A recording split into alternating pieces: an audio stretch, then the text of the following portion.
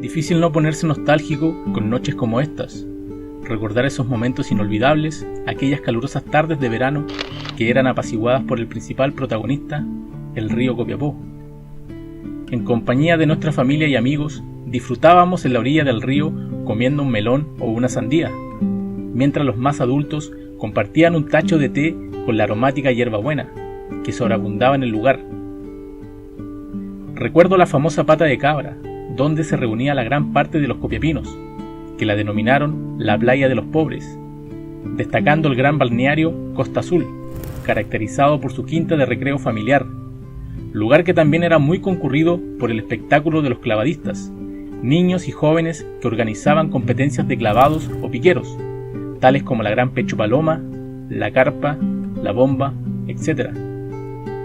Todo esto a la espera del paletero, un hombre de edad que rondaba el lugar con su grito característico. Pero no solamente el río sirvió como un panorama de fines de semana o parada obligada de algún visitante, sino que también como un recurso importante que entregaba materia prima para la ciudadanía.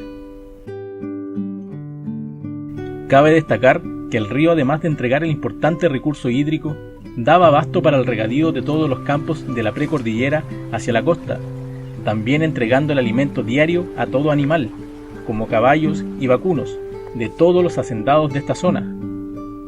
Con esto se me viene el recuerdo de los hermanos Richards, la Anita Richards y el Nano Richard, que era apodado como el Tarzán de la Vega, también don Pedro Troncoso y a don Arnaldo Papaprieto, un poco más arriba los Calegari y hacia el norte Pedro Rossi y la familia Porchile, y un sinfín de propietarios de terrenos que aprovecharon la abundancia y generosidad del río Copiapó. Otra de las materias primas de mayor relevancia para las necesidades de esa época fueron la brea, el daín y la totora, materiales principales para la construcción de las casas típicas de esta zona, sirviendo para albergar la vida de cientos de copiapinos y también su descanso eterno. Es cosa de recorrer el Campo Santo copiapino para darse cuenta de un sinfín de bóvedas, mausoleos o sobretumbas, hechas de quincha de brea, daín y totora, recubiertas de barro y paja. Barro con paja. Ese viene siendo el estuco, ¿ya? Ese es el bruto. Mira la cáscara que hay aquí. Esta otra cáscara encima, ese es el afilado, el estuco fino. ¿Ah? Tenemos una casita de arena, como lo hacían con cemento. Era el mismo.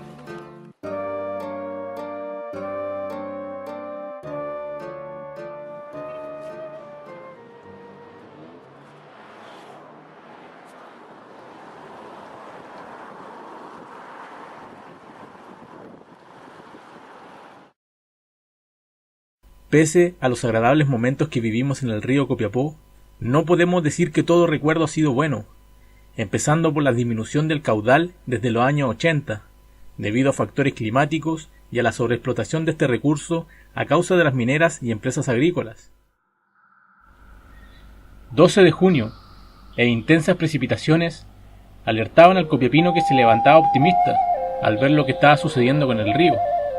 El río Copiapó está volviendo, eran los gritos de los niños que jugaban en las calles. Pero lamentablemente no fue lo que se esperaba. Se estaba escribiendo en la historia como uno de los días más tristes para el copiapino. Un gran temporal y lluvia se desató en nuestra región, principalmente en Copiapó. solo comparado con lo ocurrido en febrero del año 1953, cuando producto del invierno boliviano se desataron fuerte temporal de lluvia y viento, con el desborde del río, causando estragos en la ciudad. Desde el aeródromo de Copiapó emprendía su rumbo a Santiago el avión bimotor, que llevaba al diputado del Partido Comunista por Atacama, don Víctor Montero, y su comitiva. Pero al salir del aeródromo, que se encontraba en donde actualmente está el Regimiento de Infantería de Copiapó, se incendió uno de los motores y al tratar de regresar a la pista, su piloto perdió el control. El avión cayó al lecho del río, en el sector de Viñeta Azul, donde se incendió y todos sus ocupantes murieron carbonizados. Hasta el día de hoy se recuerda con cariño y una animita en el lugar, quedando en la historia como el primer accidente aeronáutico comercial del país.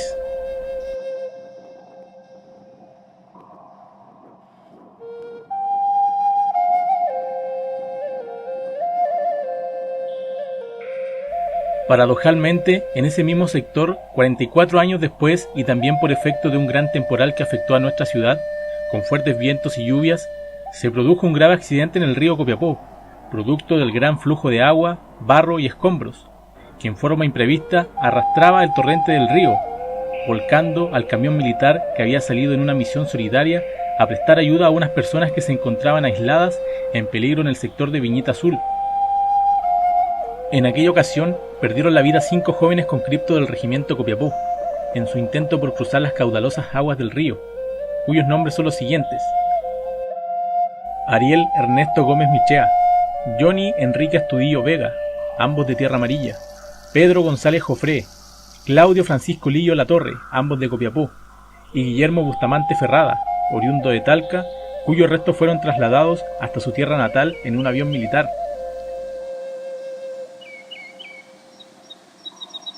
Las otras víctimas fatales fueron 2 particulares: don Manuel Cerricueta Castro, vecino que murió bajo las aguas y el lodo de la quebrada Rosario, de la misma población, y doña Lilian Silva Fritis, una valerosa mujer mártir de La Paz. Ella había llamado al regimiento solicitando ayuda para salvar la vida de quienes estaban en peligro, y que se sumó a la comitiva para acudir personalmente a entregar su ayuda humanitaria, sin saber que no volvería al seno de su hogar. Se sabe que Atacama ha pasado por periodos prolongados de sequías. Desde los años 80 se comenzó a notar, no obstante en el año 2007 fue donde se intensificó, quedando el río Copiapó completamente seco. Alarmando al copiapino, las lluvias eran escasas. Esto provocó una tremenda crisis en el verano del 2012, cuando se secaron 18 de los 20 pozos destinados al consumo humano. El agua en Copiapó tenía los días contados, y la voz se corría en la ciudad. Pero no solo se pueden culpar a la minería o empresas agrícolas, que han aprovechado el código de aguas. También debemos pensar un poco más allá. En el año 2006, los científicos Anastasia Makarieva y Víctor Gorskov publicaron por primera vez un documento en el que señalaban que los bosques, al generar presión atmosférica baja, mueven el aire húmedo, tierra adentro, ayudando a generar lluvias.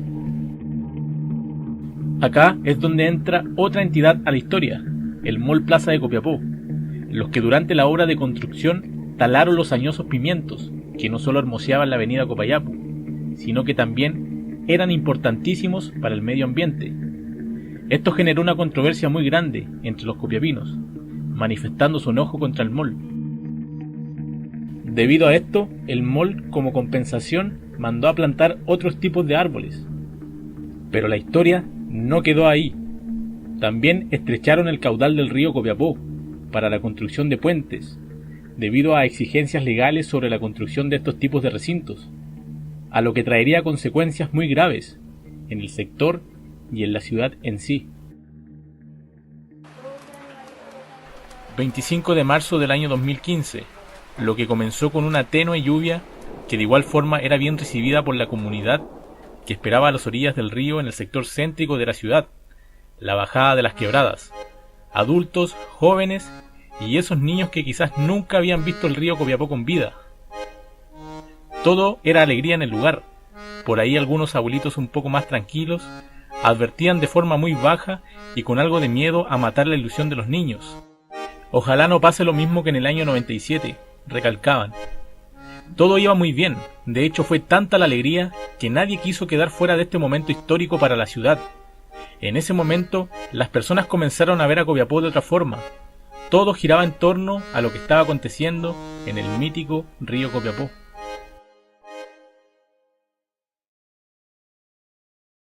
Dos días antes, más de 200 personas se congregaron desde las 6 de la tarde en Copiapó, en conmemoración del Día Mundial del Agua. Emprendían su rumbo desde la avenida Copayapu, manifestando con carteles y cánticos la importancia del recurso hídrico en la región y cómo se veía afectado el río y su sequía. La caminata terminó su recorrido bajando al lecho del río Copiapó, lugar donde se leyó una emotiva carta alusiva al Día Mundial del Agua. Nadie imaginó ni por un segundo lo que estaba por suceder. De su cuenta Twitter estamos viendo el desborde del río Copiapó al sector de la quebrada Paipote. El intendente confirma que habrá un rescate aéreo porque hay una familia que permanece sobre árbol tras salud. Miren, mira, una persona, Dios mío, Dios mío.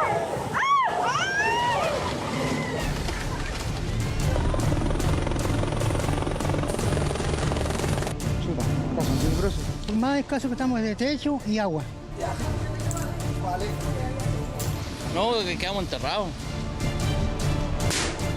Perdimos todo, no hay nada que recuperar.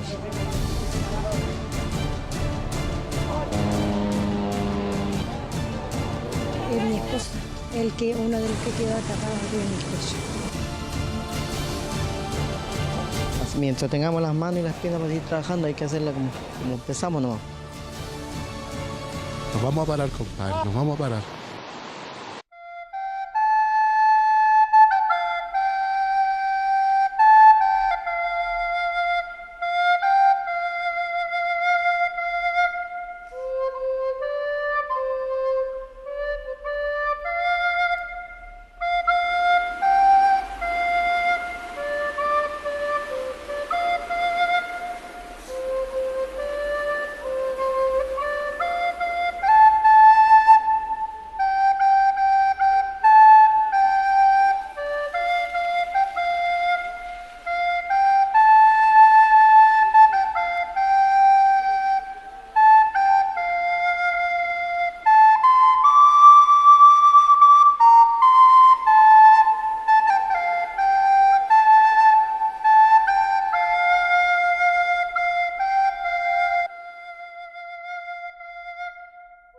Es aquí donde se vio la verdadera cara del copiapino, ese que ayudó sin esperar nada a cambio, el que se preocupó por el vecino que quizás muchas veces no saludó, jóvenes que se comprometieron con su ciudad, poniendo en peligro su vida, por rescatar a los más desprotegidos.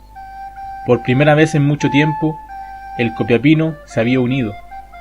En ese momento no existían los prejuicios ni de dónde vinieras.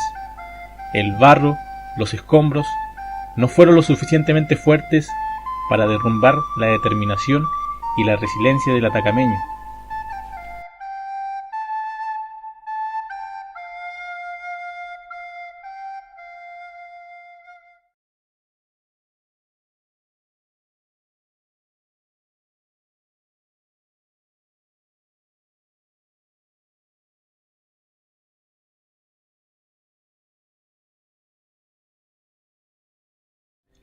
Esta pesadilla aún no terminaba, ya que post-aluvión el barro y el polvo en suspensión fue uno de los peores enemigos. Muchos emprendieron rumbos a otras ciudades, otros se quedaron. Las jornadas escolares y laborales comenzaban a regularizarse. Los helicópteros de ayuda remecían los cielos de la ciudad. Eran pocas las personas que veía sin mascarillas antipolvo. Producto del toque de queda y con la nula presencia de personas en las calles, permitían escuchar las máquinas retroexcavadoras que trabajaban día y noche. Era un panorama terrible, como sacado de una escena post-apocalíptica. Se estaban perdiendo las esperanzas de poder recuperar la ciudad, y peor aún, el ánimo del copiapino decaía.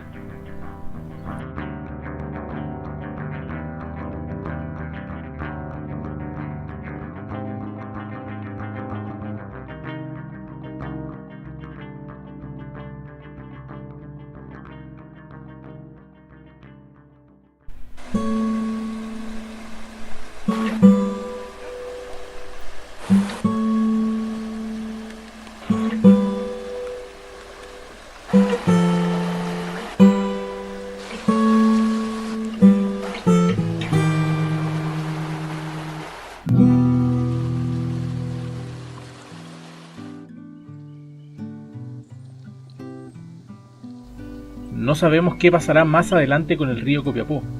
Este 2017 nuevamente intensas lluvias afectaron a la ciudad. Se sentía olor a catástrofe en el ambiente, pero para nuestra suerte no fue así.